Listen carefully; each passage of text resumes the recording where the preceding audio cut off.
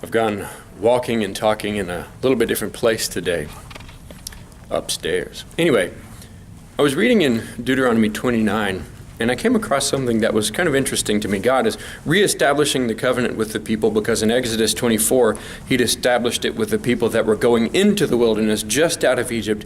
Now, all those people have died off because of their disobedience with sending the 40 spies in Numbers 13 and 14 and refusing to enter the land as God requested of them. So we have a next generation, and He's remaking that covenant with them. And He says something in verses 14 and 15 that really caught my attention. He says, I'm making this covenant with you, but not just with you, but everyone who's standing here. Kind of an odd thing to say, because isn't that you? I don't think so, because when we go back to the Exodus, many Egyptians also came up out of the land with them. So there's a host of people that came up out of the land of Egypt that weren't necessarily Israelites.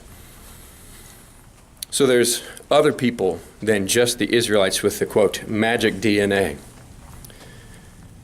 Then he goes on to say, and not only them, not only you, not only the people that are standing with you, but those who are not here.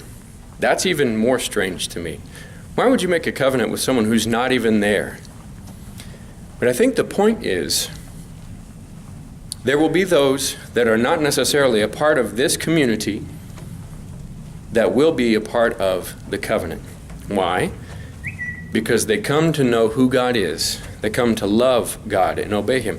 Thinking just ahead a little bit, there are two women that come to mind. One of them is named Rahab, a woman that's a prostitute by trade, but fears the Lord. The spies come into Jericho in a very short time from where we are now, and she, fearing the Lord, hides them.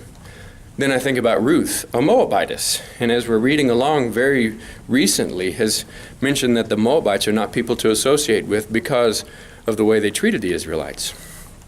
So, the point that I think of is bringing it forward to Acts chapter 2.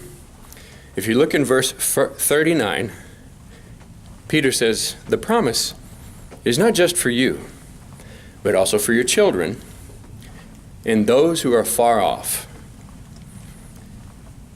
To me, the point is, the covenant God makes with His people is not something that is for us only.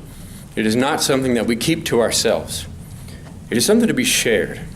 Interesting thing about it is it's one of few things that the more you share, the more there is. The gospel is for everybody, and it's something that should be shared. So, be sure that you share the gospel. Share it with people who may not be here today, but should be here tomorrow.